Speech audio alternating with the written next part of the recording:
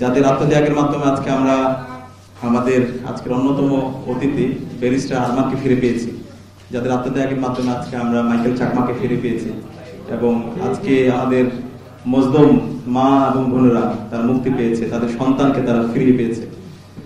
কিন্তু একই সাথে আমরা এখন পর্যন্ত আমাদের ওয়ালিউল্লাহ এবং আল মুকাদ্দিসকে খুঁজে পাইনি। এখন পর্যন্ত আমাদের সুমন ভাইকে আমরা খুঁজে পাইনি। এখন পর্যন্ত আমাদের ইলিয়াস আলী ভাইকে আমরা খুঁজে পাইনি। অসংখ্য মজলুমরা এখনো গুম অবস্থায় আছে, তারা কোথায় আছে আমরা জানি না। গত 16 বছরে বাংলাদেশে এমন ফেসিবাদ ছিল যে খুনি হাসিনা বাংলাদেশের যে অপার সম্ভাবনা, সে অপার সম্ভাবনাকে সে একদম নস্যাৎ করে দিয়েছিল। হাসিনা এই দক্ষিণ এশিয়া একজন নিকৃষ্ট শাসক হিসেবে নিজেকে সে আসীন করেছিল। বিশেষ করে যদি দেখি খান হাসিনার যে 16 বছরের তার শাসনামল, সেই শাসনামলে সে বিভিন্ন ভাবে এই শাসনটা করেছে, এবং এক্ষেত্রে বিশ্ববিদ্যালয় ক্যাম্পাসগুলোকে ছাত্রলীগের মাধ্যমে এক একটা কনসেন্ট্রেশন ক্যাম্প করেছিল। এখানকার শিক্ষার্থীদেরকে সাব হিউম্যান হিসেবে তারা ট্রিট করেছিল। যদি ঢাকা বিশ্ববিদ্যালয়ের কথা বলি, গত 16 বছর ঢাকা বিশ্ববিদ্যালয়ে শুধুমাত্র ইসলাম চর্চা করার কারণে, নামাজ পড়ার কারণে, ভালো কাজের দিকে শিক্ষার্থীদের আহ্বান করার কারণে শিবির সন্দেহে হাজার হাজার শিক্ষার্থীদের নির্যাতন করা হয়েছে, এবং এই নির্যাতন করার পরে তাদেরকে থানায় দেওয়া হয়েছে, মামলা দেওয়া হয়েছে, এবং সেটাকে সেলিব্রেশন করা হয়েছে, সেটাকে উৎসব আকারে দেখা হতো। 2013 সালে শাহবাগের মাধ্যমে এই যে অবৈধ নির্যাতন, নিষ্পেষণ এবং শিবির সন্দেহে কাউকে মারা, ডিহিউম্যানাইজ করা, সেটাকে আরো শক্তিশালীভাবে এটার বৈধতা দেওয়া হয়। এভাবে 16 বছর আমরা ফেসিবাদ দেখতে পেয়েছি। খুনি হাসিনা 16 বছরে আমরা একই সাথে দেখতে পেয়েছি অসংখ্য ফেসিবাদ বিরোধী যারা আন্দোলনের নেতৃত্ব দিয়েছে তাদেরকে, তাদের পরিবারের সদস্যদেরকে গুম করেছে, খুন করেছে। 3টা নির্বাচন, সেই নির্বাচন অবৈধভাবে কেন্দ্র দখল করার মাধ্যমে, ইঞ্জিনিয়ারিং মাধ্যমে এদেশের নাগরিকদের ভোটার অধিকার হরণ করেছে। আপনাকেই বলছি, ইন্স্যুরেন্স করলে সিটিতে সুরক্ষা পাবেন নিশ্চিতে। এই হাসিনার যে ফেসিবাদ, হাসিনার যে মাফিয়াতন্ত্র, লাশতন্ত্র, গুম খুন আইনাগর প্রকল্প, সেটাকে বৈধতা দিয়েছিল বাংলাদেশে সিভিল সোসাইটি কিছু প্রতিনিধিরা। বিগত সময়ে কিন্তু এই ধরনের 10 ডিসেম্বর আন্তর্জাতিক মানবাধিকার দিবস পালন হয়েছে, এর আগে অসংখ্য মানবাধিকার দিবস পালন হয়েছে, কিন্তু মানবাধিকার দিবসগুলো ওই সমস্ত অ্যাক্টিভিস্টরাই, মানবাধিকার কর্মীরাই সেটা পালন করেছে যারা এই গুম খুন এবং আইনাগরের বৈধতা দিয়েছিল, যারা এই ফেসিবাদ কায়েম করার ক্ষেত্রে হাসিনাকে সহযোগিতা করেছিল, যারা তাদের বিচারিতার মাধ্যমে বাংলাদেশে এই খুনি হাসিনাকে ফেসিস্ট হতে সহযোগিতা করেছিল। তো সেই কারণে এই বিপ্লব পরবর্তী আমাদেরকে এই ফেসিস্টদেরকে, যারা নিজেদেরকে মানবাধিকার কর্মী দাবি করে, সকল মানবাধিকার কর্মী, তাদেরকে আমাদেরকে চিনতে হবে। তারা আমাদের এই জাতির শত্রু, তারা এই বিপ্লবের বিরুদ্ধের শক্তি। এদের বিরুদ্ধে আমাদের সবাইকে ঐক্যবদ্ধ হইতে হবে। সেক্ষেত্রে আমাদের যত রাজনৈতিক দল আছে, ছাত্র সংগঠন আছে, বাংলাদেশে আজাদী আন্দোলনে যারা নেতৃত্ব দিয়েছে, সকল জনগণকে আমাদেরকে এদের বিরুদ্ধে ঐক্যবদ্ধ থাকতে হবে। এই কালচারাল ফেসিস্ট চক্র এই জাতির শত্রু, এই দেশের শত্রু।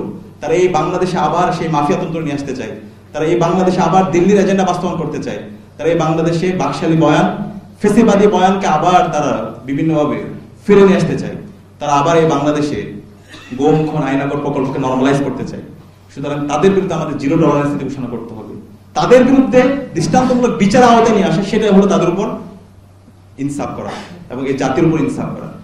তো সে কারণে আমি আজকে আমাদের রাজনৈতিক দল, ছাত্র সংগঠন, বাংলাদেশে যারাই এই বিপ্লবের পক্ষে শক্তি আছে, আমাদের ঐক্যবদ্ধ হইতে হবে।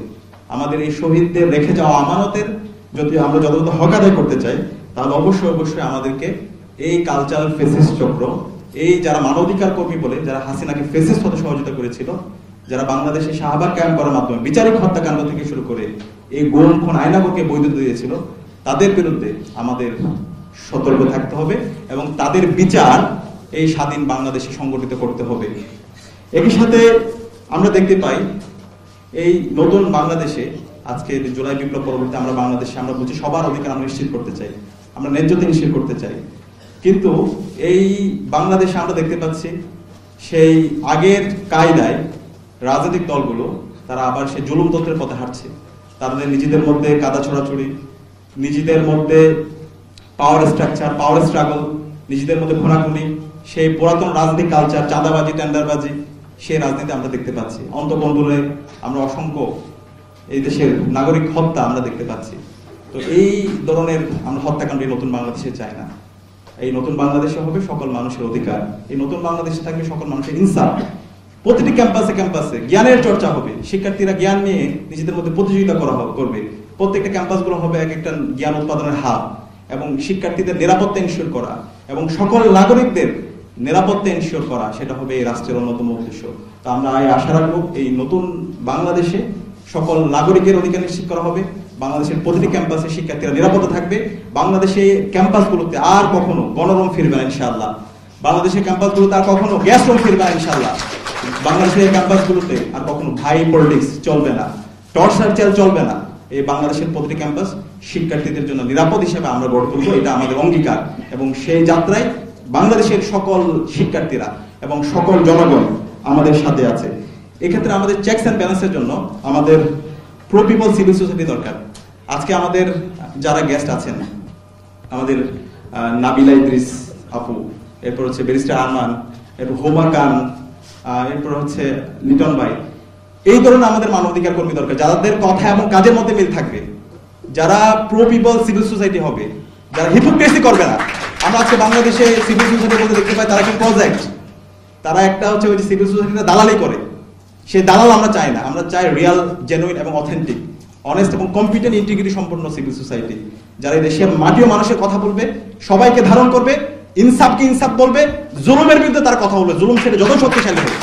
এবং আমরা ঢাকা বিশ্ববিদ্যালয় কেন্দ্রীয় ছাত্র সংসদের পক্ষ থেকে নাবিলা ইদ্রিস, এরপর হচ্ছে আমাদের এখানে যারা গেস্ট আছে, ব্যারিস্টার আরমান, লিটন ভাই, হোমা খান, তাদের যে দীর্ঘ স্যাক্রিফাইস, তাদের যে অবদান, সেটার জন্য আমরা তাদেরকে ধন্যবাদ জানাচ্ছি। এবং আমরা আজীবন এই জাতি, বিশেষ করে হোমা খান আপা দীর্ঘদিন ধরে বাংলাদেশে ছিলেন, জুলাই বিপ্লবে ক্রুশাল সময়ে আমাদেরকে বিভিন্নভাবে পরামর্শ দিয়েছেন, অভিভাবকের ভূমিকা পালন করেছেন, সার্বিকভাবে আমাদেরকে সহযোগিতা করেছেন। এই জাতি আজীবন শ্রদ্ধার সাথে ওনাদের কন্ট্রিবিউশনগুলো আমরা স্মরণ রাখবো ইনশাআল্লাহ। সম্মানিত উপস্থিতি, আজকে বাংলাদেশের একটা ঐতিহাসিক সময় আমরা পার করছি, বিপ্লব পরবর্তী আজকে 1.5 বছর পার করছি। এই সময়ে আমাদেরকে ঐক্যবদ্ধ হইতে হবে, আমাদেরকে ছাড় দিতে হবে। 54 বছর পরে আমরা ঐতিহাসিক সুযোগ পেয়েছি, আমরা যেন আমাদের নিজেদের মধ্যে হেলাই দোলাই, নিজেদের ব্যক্তিগত স্বার্থ, দলীয় স্বার্থ, বর্গীয় স্বার্থকে প্রাধান্য দিতে গিয়ে আমরা যেন এই ঐতিহাসিক সুযোগটা নষ্ট না করি। এখনই সময় আমাদের এই বাংলাদেশের একটা ন্যাশনাল কনসেনসাসে আসার, জাতীয় ঐক্যমত্যে আসার মাধ্যমে এই আমাদের বাংলাদেশ রাষ্ট্রকে একটি শক্তিশালী ন্যাশন হিসেবে বিল্ড আপ করার সে উদাত্ত আহ্বান জানিয়ে ঢাকা বিশ্ববিদ্যালয় কেন্দ্রীয় ছাত্র সংসদের আজকের আয়োজনে আপনাদের উপস্থিত হওয়ার জন্য আন্তরিক ধন্যবাদ জানাই এবং অতিথিদেরকে ধন্যবাদ জানিয়ে আমি আমার কথা শেষ করছি। আসসালামু আলাইকুম।